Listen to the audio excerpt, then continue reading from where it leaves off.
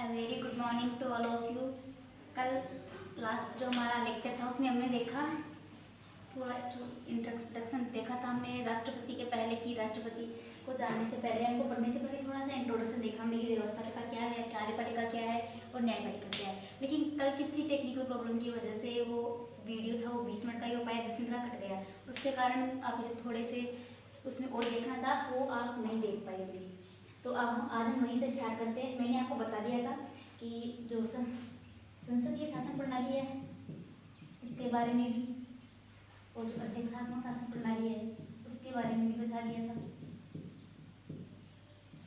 और जो बहु कार्यपालिका है ये भी मैंने कल आपको बता दिया था। तो आप यहीं तक ही देख पाए, इसके आगे मुझे लगता है नहीं देख पाए थे। तो संसदीय शासन प्रणाली में, ठीक है पूरा ही लिख देती हूँ वरना। तो संसदीय शासन में हमने देखा कि इसमें क्या होता है, जो कार्यपालिका का निर्माण होता है वो व्यवस्था के क्रम से होता है। और इसमें हम आगे देखेंगे, इसमें व्यवस्था के क्रम से तो होता है, लेकिन संसदीय शासन प्रणाली में क्या होता है, दो प्रकार के प्रमुख होते हैं। एक होता है नाममात्र का प्रमुख और एक होता है वास्तविक प्रमुख। नाममात्र का प्रमुख होते हैं जिनमें शक्तियाँ तो निहित होती है, जिनमें शक्तियाँ तो होती है लेकिन अपनी शक्तियों का प्रयोग वो खुद नहीं करते।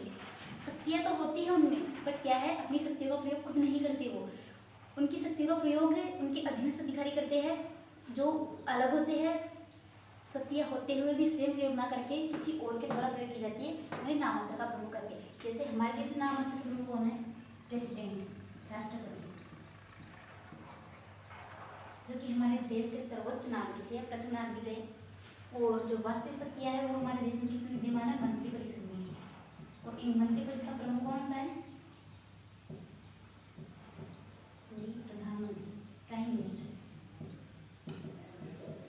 संसदीय शासन प्रणाली में दो प्रकार के प्रमुख होते हैं, एक नाममात्र का प्रमुख और एक वास्तविक प्रमुख। नाममात्र के प्रमुख के नाम से किन्हें जाना जाता है, राष्ट्रपति को जाना जाता है। वास्तविक प्रमुख के नाम से मंत्रिपरिषद एवं प्रधानमंत्री को जाना जाता है। क्योंकि जो नाममात्र के प्रमुख हमारे राष्ट्रपति में जो शक्तियाँ निहित है, जो पावर्स निहित है, इनका प्रयोग ये स्वयं ना करके कौन करता है, इनका प्रयोग इनमें निहित है बट इनका प्रयोग ये नहीं करते, बल्कि इनकी शक्तियों का प्रयोग कौन करता है, मंत्रिपरिषद करती है। राष्ट्रपति के सलाह दिया, राष्ट्रपति के निर्देशन में कौन करती है, मंत्रिपरिषद करती है। ये मत सोचना है प्रधानमंत्री को लगा, नहीं, प्रधानमंत्री भी मंत्रिपरिषद से ही आते हैं। तो हम ये कहे कि अगर ये कहे कि राष्ट्रपति की शक्तियों का प्रयोग मंत्रिपरिषद करती तो कोई गलत नहीं होगा। बस राष्ट्रपति तो इसका क्या है, प्रमुख है। अब हम इससे आगे चलते हैं। अब ये जो इंट्रोडक्शन था वो कंप्लीट हो चुका है। अब हम विधिवत रूप से हमारे चैप्टर की शुरुआत करते हैं, वो है प्रेसिडेंट, राष्ट्रपति।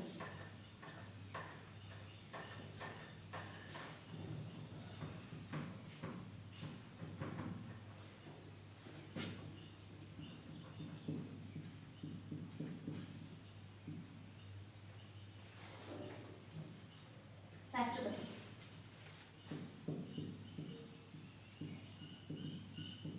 अब सभी को मालूम है कि हमारे देश में संसदीय शासन व्यवस्था अपनाई गई है।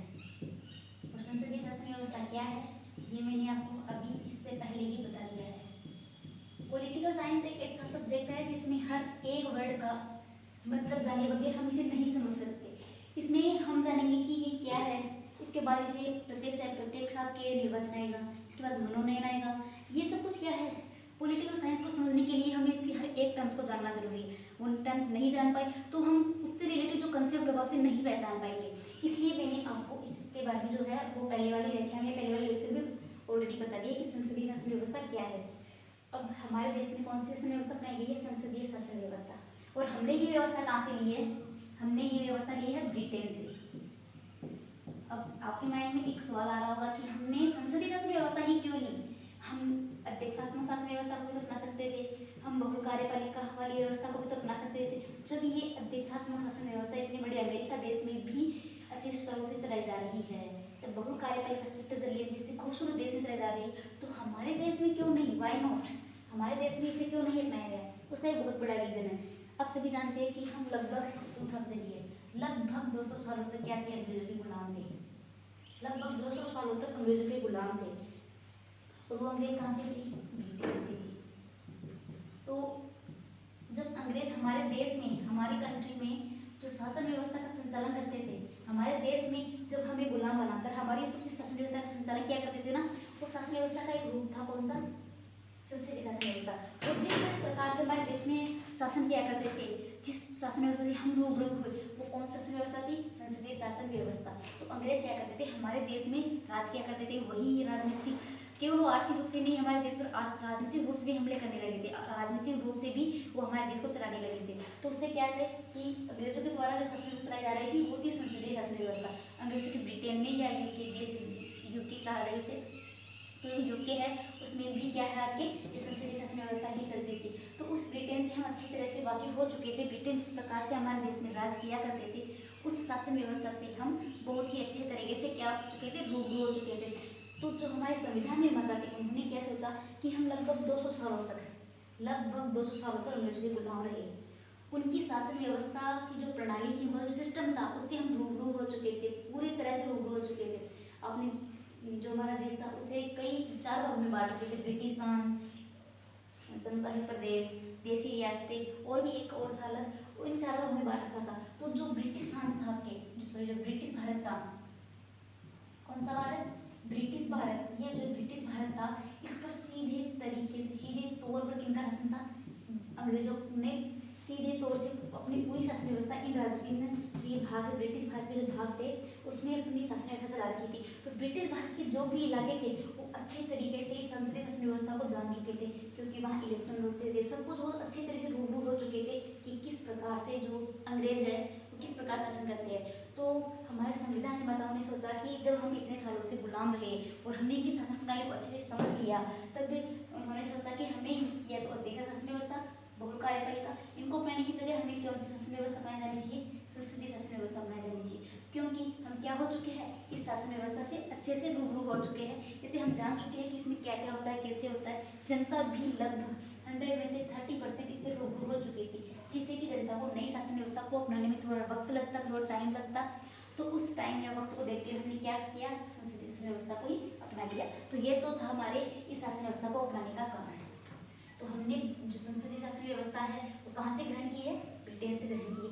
लेकिन एक बात जो ध्यान रखने के लायक वो ये है कि संविधान में कहीं भी संसदीय शासन व्यवस्था शब्दावली जैसी शब्दावली हमारे संविधान में कहीं भी प्रयोग नहीं की गई है। तो फिर हम क्यों कहते हैं कि हमने संसदीय शासन व्यवस्था अपनाई है, वो हम इन्हें देखकर कहते हैं, राष्ट्रपति के पद को देखकर कहते हैं, मंत्रिपरिषद के पद को मंत्रिपरिषद प्रधानमंत्री को देखकर कहते हैं, इनके निर्वाचन को देखकर कहते हैं कि इनका निर्वाचन किस प्रकार होता है, कैसे होता है। क्योंकि जिस प्रकार हमारे जो पद दे रखे हैं, राष्ट्रपति, मंत्रिपरिषद, जो हमारे सदन दे रखे हैं, संसद में लोकसभा, राज्यसभा, ये जो दे रखे हैं, उनकी जो कार्य प्रणाली है वो पूरी संसदीय शासन व्यवस्था की तरह है। तो ये नाम तो ये इस नाम से शब्दावली तो उनकी नहीं है हमारे संविधान में कहीं, लेकिन संसदीय शासन व्यवस्था को ही हमारे देश में अपनाया गया है। और ये शासन व्यवस्था हमने क्या की, ब्रिटेन से ग्रहण की है। अब आते हैं हम आगे नेक्स्ट पे। तो ब्रिटेन में जो सर्वोच्च पदाधिकारी है, ब्रिटेन का जो आपके सर्वोच्च पदाधिकारी है वो कौन है, वो है आपके राजा, महाराजा या महारानी। तो कौन है, राजा। और हमारे सर्वोच्च, डिफरेंस बता रहे हैं क्या है इनमें, हमारे जो सर्वोच्च पदाधिकारी है उनमें वो कौन है,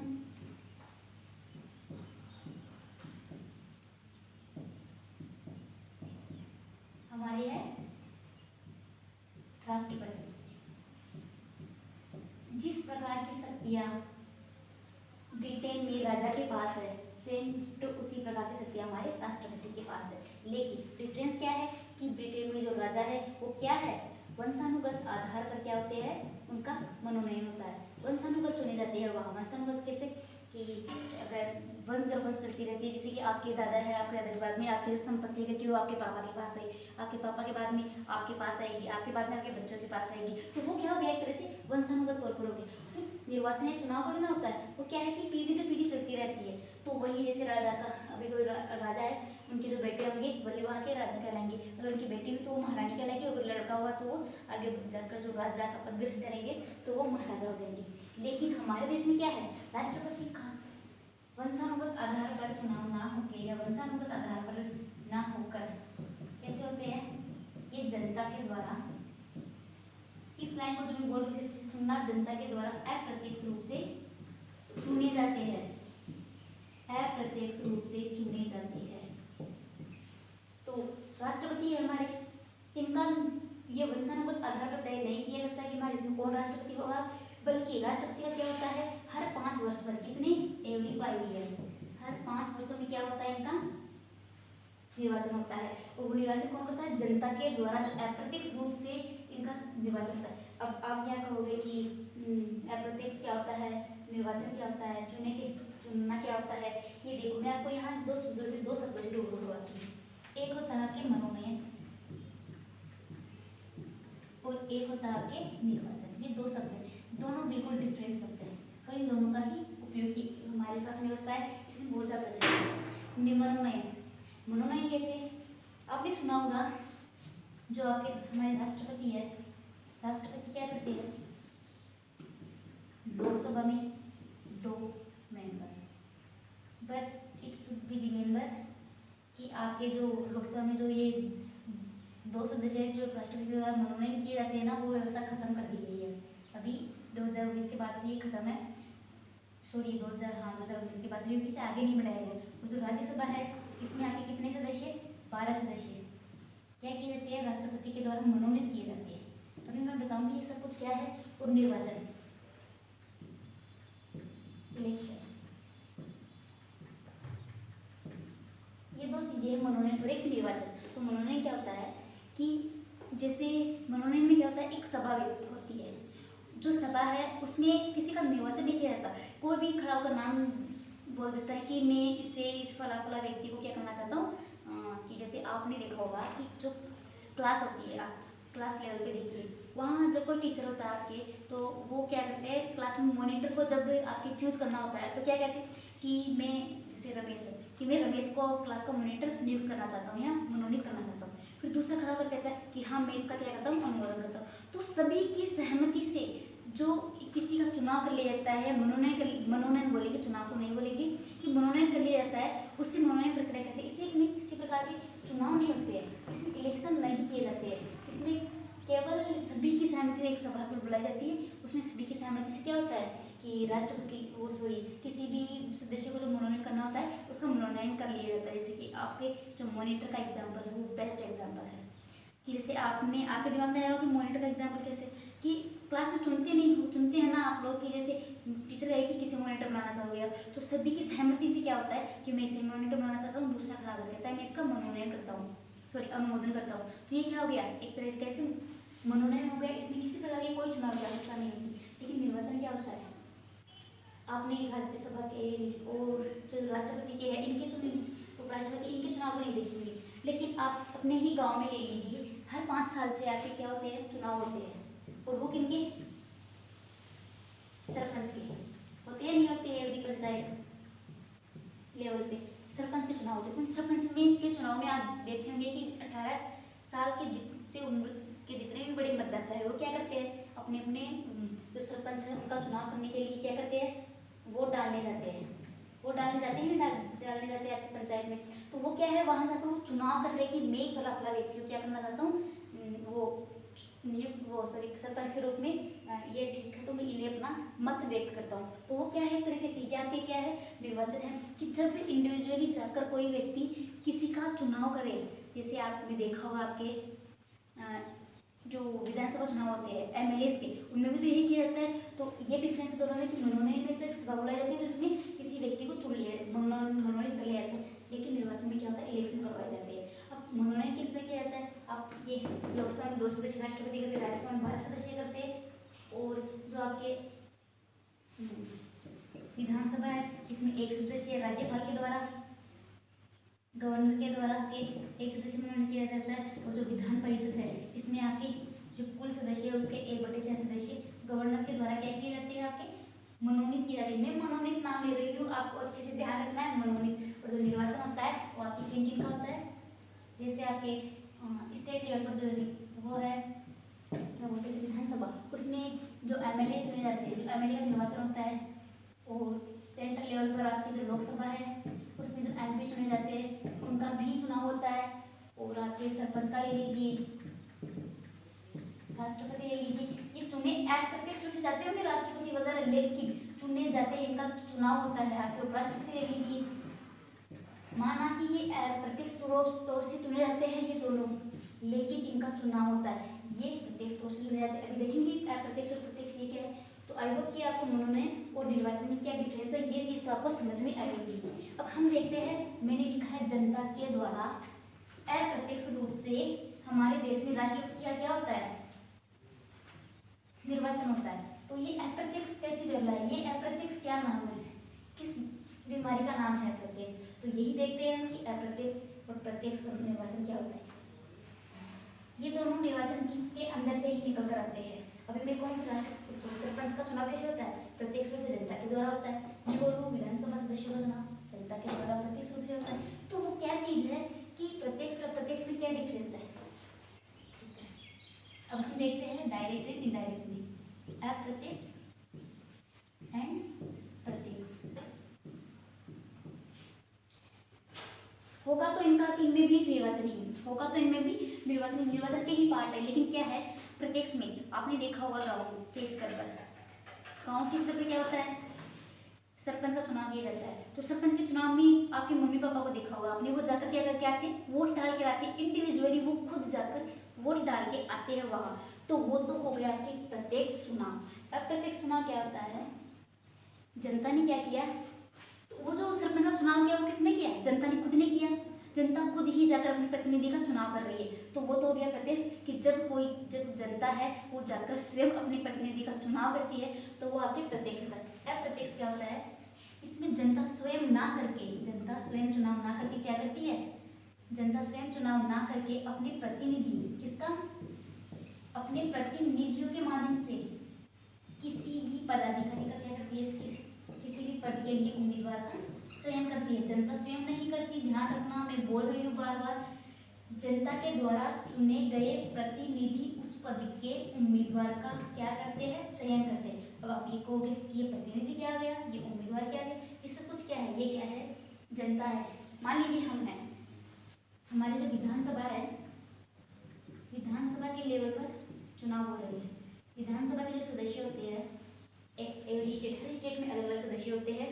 और हमारे स्टेट में जो राजस्थान स्टेट है उसमें 200 मेंबर है। हम 200 मेंबर का है, 200 निर्वाचन क्षेत्र के है, 200 सीटें के है, एक ही बात है। तो क्या है 200, विधानसभा में 200 मेंबर हमारे जो हमारी विधानसभा है उसमें क्या है 200 मेंबर है। अब विधानसभा के इन 200 सदस्यों को हम कहते हैं MLA, member of legislative assembly, और वैसे विधायक, ठीक है। अब इन विधायकों का चुनाव कौन करेगा, इन विधायकों का चुनाव करेगी आपकी जनता। जनता इन विधायकों का चुनाव करेगी, ठीक है। समझ भी आ रहा है ना। जब तक अभी यह समझ में नहीं आएगा, आगे जो मैं बताने जा रही हूँ ये अप्रत्यक्ष वाला, ये समझ में नहीं आएगा। तो ये तो क्या हो गई, जनता के द्वारा चुने हुए क्या हो गए, ये प्रतिनिधि हो गए। कौन, जनता के प्रतिनिधि हो गए ये।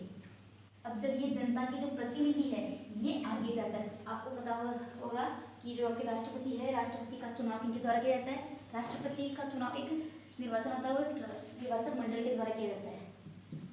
एक निर्वाचक मंडल के द्वारा किया जाता है। और उस निर्वाचन मंडल में कौन कौन भाग लेते हैं, लोकसभा एंड राज्यसभा, इन दोनों के इलेक्टेड मेंबर्स, निर्वाचित सदस्य। मनोनीत नहीं बोल रही हूँ मैं निर्वाचित बोल रही हूँ। और एक बात और ध्यान रखना, मैंने लोकसभा में बताया ना जिस प्रकार 2 सदस्य मनोनीत किए जाते हैं, वो व्यवस्था खत्म कर दी गई है। वही व्यवस्था आपके विधानसभा क्षेत्र में भी खत्म कर दी गई है। राज्यपाल के द्वारा जो एक सदस्य मनोनीत किया जाता है, लोकसभा और राज्यसभा के निर्वाचित सदस्य, राज्यों की, स्टेट्स की विधानसभाओं के निर्वाचित सदस्य, इसमें भी मनोनीत सदस्य नहीं। और जो आपके 2 केंद्र शासित प्रदेश है, लोकसभा दिल्ली और पांडिचेरी, इनके निर्वाचित सदस्य ये क्या करते हैं, राष्ट्रपति के निर्वाचन मंडल में भाग लेते हैं और वही उनका चुनाव करते हैं। तो अभी मैंने ये एक चीज कही है आपके, राज्यों की विधानसभाओं के निर्वाचित सदस्य किसमें भाग लेते हैं, राष्ट्रपति के निर्वाचन में भाग लेते हैं। तो यहाँ जनता स्वयं तो भी ना जाकर अपना जो राष्ट्रपति उनका चुनाव कर रही है तो वो जनता के ही प्रतिनिधि ना, राष्ट्रपति भी जनता के लिए ही चुने जाएंगे ना। लेकिन इसमें क्या है, राष्ट्रपति स्वयं, जनता स्वयं ना चुन के, हमने जनता ने किसको चुना, एमएलए को चुना। जनता ही एमपी को चुनती है, जनता ही एमपी, जो संसद के सदस्य उन्हें एमपी सांसद कहते हैं, तो जनता ही एमपी को चुनती है और जनता क्या करती है, एमएलए को चुनती है। तो ये विधायक कौन हो गए, यहाँ जो ये निर्वाचन मंडल में जो मैंने बताया राज्यों की विधानसभाओं के निर्वाचित सदस्य, यही क्यों हो गए, विधायक हो गए। और विधायक किनके द्वारा चुने जाते हैं, तो जनता के द्वारा। तो अब देखिए अप्रत्यक्ष चुनाव क्या है, अप्रत्यक्ष चुनाव जनता के द्वारा जो प्रतिनिधि चुने जाते हैं, उन प्रतिनिधियों के द्वारा जिन का जो चुनाव किया जाता है या निर्वाचन किया जाता है वो आपके कौन कहलाएंगे, राष्ट्रपति। ठीक है, सॉरी, जिनके द्वारा जनता के द्वारा चुने गए प्रतिनिधियों के द्वारा जब किसी का निर्वाचन किया जाता है तो वो आपके अप्रत्यक्ष होगा, क्योंकि इसमें जनता स्वयं ना चुनकर कौन चुन रही है, जनता के द्वारा चुने गए प्रतिनिधि। हमने चुना, जनता ने किनको चुना, एमपी को चुना, जनता ने किनको चुना, एमएलए को चुना। तो एमपी और एमएलए जो है वो मिलकर एक निर्वाचन मंडल का निर्माण करेंगे और फिर आगे जाकर राष्ट्रपति का चुनाव करेंगे। तो आपने देखा जनता स्वयं ना चुनकर कौन चुन रही है, जनता के द्वारा चुने गए प्रतिनिधि। तो जनता के द्वारा चुने गए प्रतिनिधि कौन हो गए, एमएलए एमपी हो गए। तो एमएलए और एमपी ये मिलकर क्या करते हैं, एक निर्वाचक मंडल का निर्माण करती है और वो निर्वाचक मंडल राष्ट्रपति का चुनाव करता है। ऐसे ही उपराज्यपाल का, राज्यसभा के सदस्यों का भी चुनाव ऐसे ही एक निर्वाचक मंडल के द्वारा ही होता है। तो वो क्या हो गए, अप्रत्यक्ष चुनाव हो गया। ठीक है, अब जो नेक्स्ट है वो हम कल देखेंगे राष्ट्रपति का। ये सब कुछ इनके समझाने के संदर्भ में ही था, जब तक ये समझ में नहीं आएगा आपको आगे समझ में नहीं आएगा। Thank you.